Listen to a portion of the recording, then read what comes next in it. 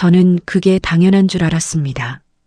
퇴근하고 현관문을 열면 거실 불이 켜져 있고 TV에서 뉴스가 나오고 아버지는 소파에 앉아 계셨습니다. 부엌에서는 어머니가 저녁을 준비하는 소리가 들렸습니다. 찌개 끓는 소리, 그릇 부딪히는 소리, 그 소리들이 모여서 집에 왔다는 느낌을 만들어줬습니다. 그 풍경이 늘 거기 있었기 때문에 저는 한 번도 다르게 생각해 본 적이 없었습니다. 그런데 그날은 달랐습니다. 현관불이 꺼져 있었습니다. 신발을 벗다가 손이 멈췄습니다. 거실도 어두웠고 TV 소리도 없었습니다. 집안이 너무 조용했습니다. 어머니? 부엌에서 어머니가 나오셨습니다. 아버지는요? 아직 안 들어왔어. 저는 그 말을 듣고 잠깐 아무 말도 하지 못했습니다.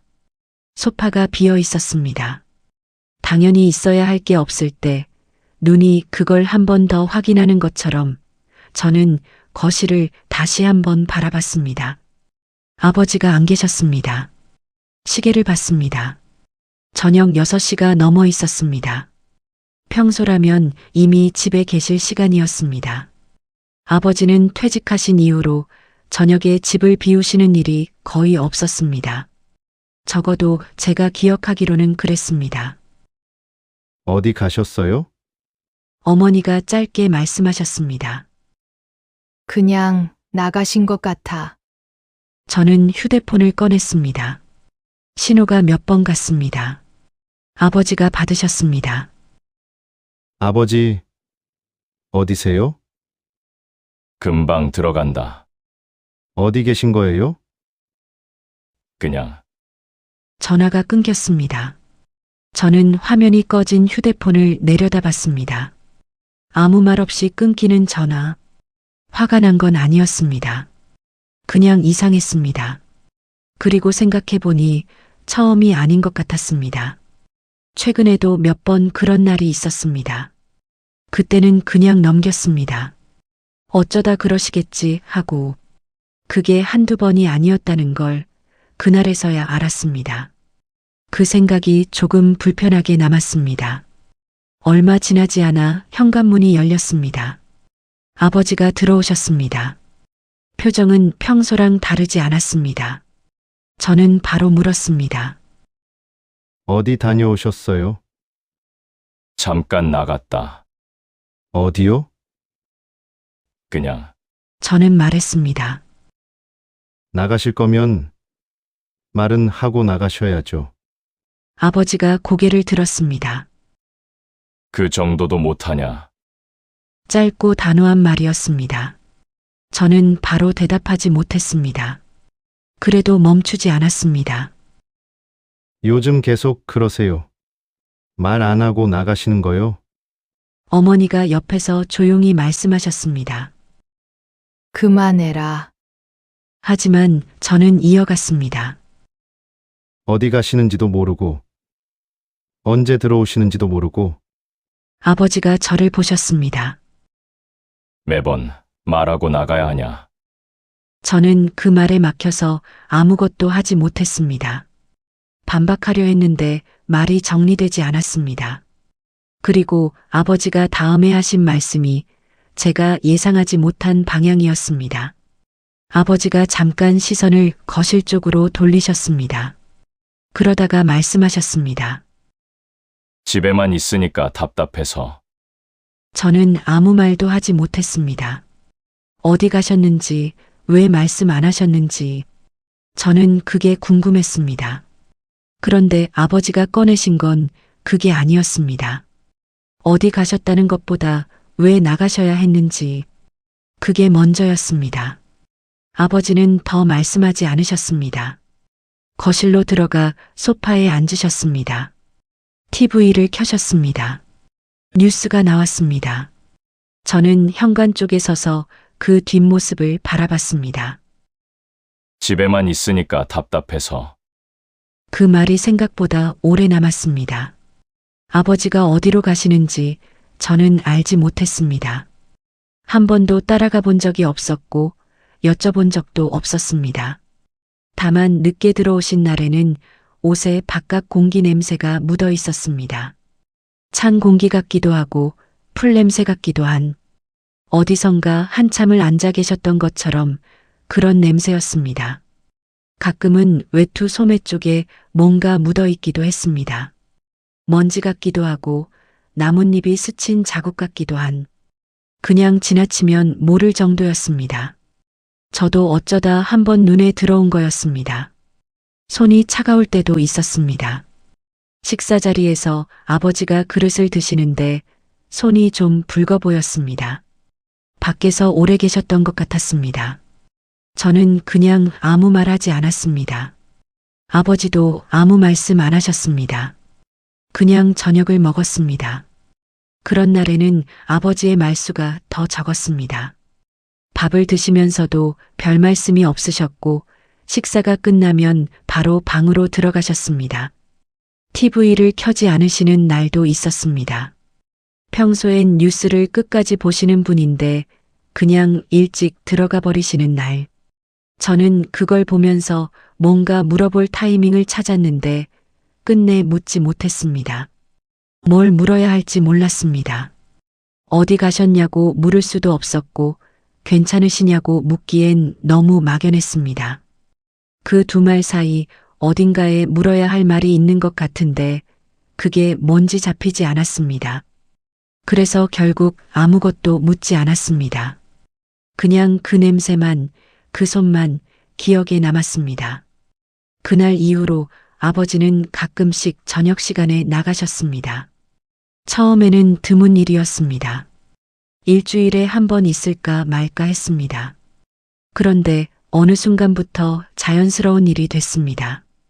해가 기울기 시작하는 그 시간쯤 되면 아버지가 현관 쪽으로 나오시는 게 이상한 일이 아니게 됐습니다. 저녁이 되면 아버지가 없는 날이 더 익숙해졌습니다. 처음엔 그래도 시선이 갔습니다. 저쪽에서 현관 소리가 나면 오늘도 나가시나? 몇 시에 들어오시려나? 했습니다. 그런 생각들이 따라왔습니다.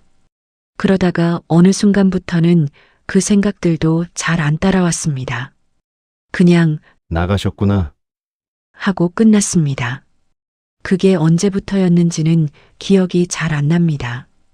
그러다가 어느 날 제가 좀 일찍 퇴근한 날이 있었습니다. 평소보다 1시간쯤 일찍 집 근처에 도착했습니다.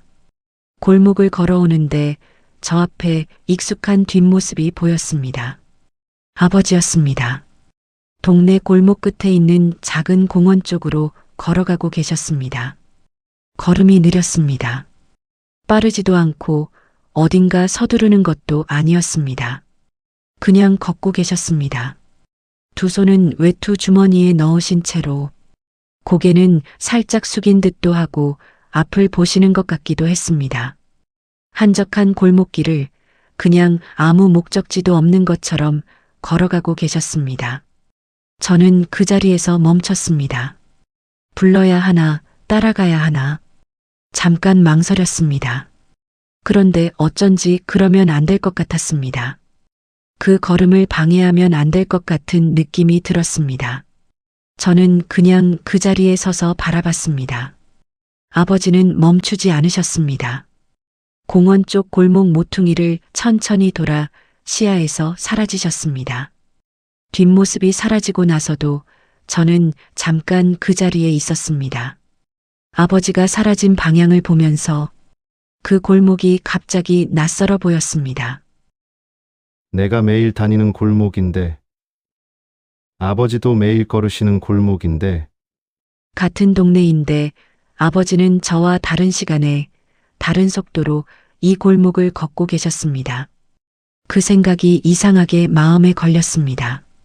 한참 후에 집에 들어갔습니다. 예전에는 현관 쪽에서 소리만 나도 물을 준비를 했습니다. 어디 가세요? 언제 오세요? 그 말들이 목구멍까지 올라왔다가 아버지 표정을 보면서 그냥 삼켜지곤 했습니다. 그게 반복됐습니다. 묻고 싶은데 못 묻고 알고 싶은데 알 수 없는 그 어색한 시간이. 그런데 어느 날부터는 그 말이 목구멍까지도 안 올라왔습니다. 신발 소리만 들려도 알 수 있었습니다. 아버지가 나가시는구나.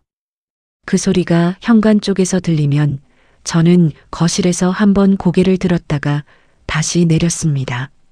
그게 전부였습니다. 묻지 않았습니다. 확인하지 않았습니다. 그냥 그 시간을 들였습니다. 그게 나쁜 건지 좋은 건지 저는 잘 모르겠습니다. 다만 그 어색함이 사라지고 나서 저녁이 조금 더 편해졌습니다. 아버지가 나가실 때도 들어오실 때도 어느 날이었습니다. 아버지가 신발을 신고 현관 쪽으로 나오셨습니다. 아무 말씀도 없이 저는 거실에서 잠깐 바라봤습니다. 예전 같았으면 물었을 겁니다. 어디 가세요? 언제 오세요? 그날은 그러지 않았습니다. 그냥 말했습니다. 다녀오세요. 아버지가 멈추셨습니다. 짧게 한 박자, 그리고 고개를 끄덕이셨습니다. 금방 온다. 문이 닫히고 집이 조용해졌습니다. 처음으로 제대로 된 인사를 한 것 같은 느낌이었습니다. 그날 이후로 저는 묻지 않게 됐습니다.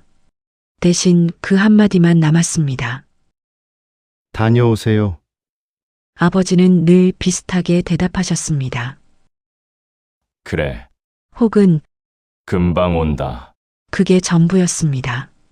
어디 가시는지 여전히 모릅니다. 물어볼 생각도 없습니다. 그 말이 어디 가시냐는 물음보다 훨씬 오래 우리 사이에 남아있을 것 같습니다. 오늘 이야기 여기까지입니다. 이야기가 괜찮으셨다면 구독으로 함께 해주세요. 다음 이야기도 이 자리에서 기다리겠습니다.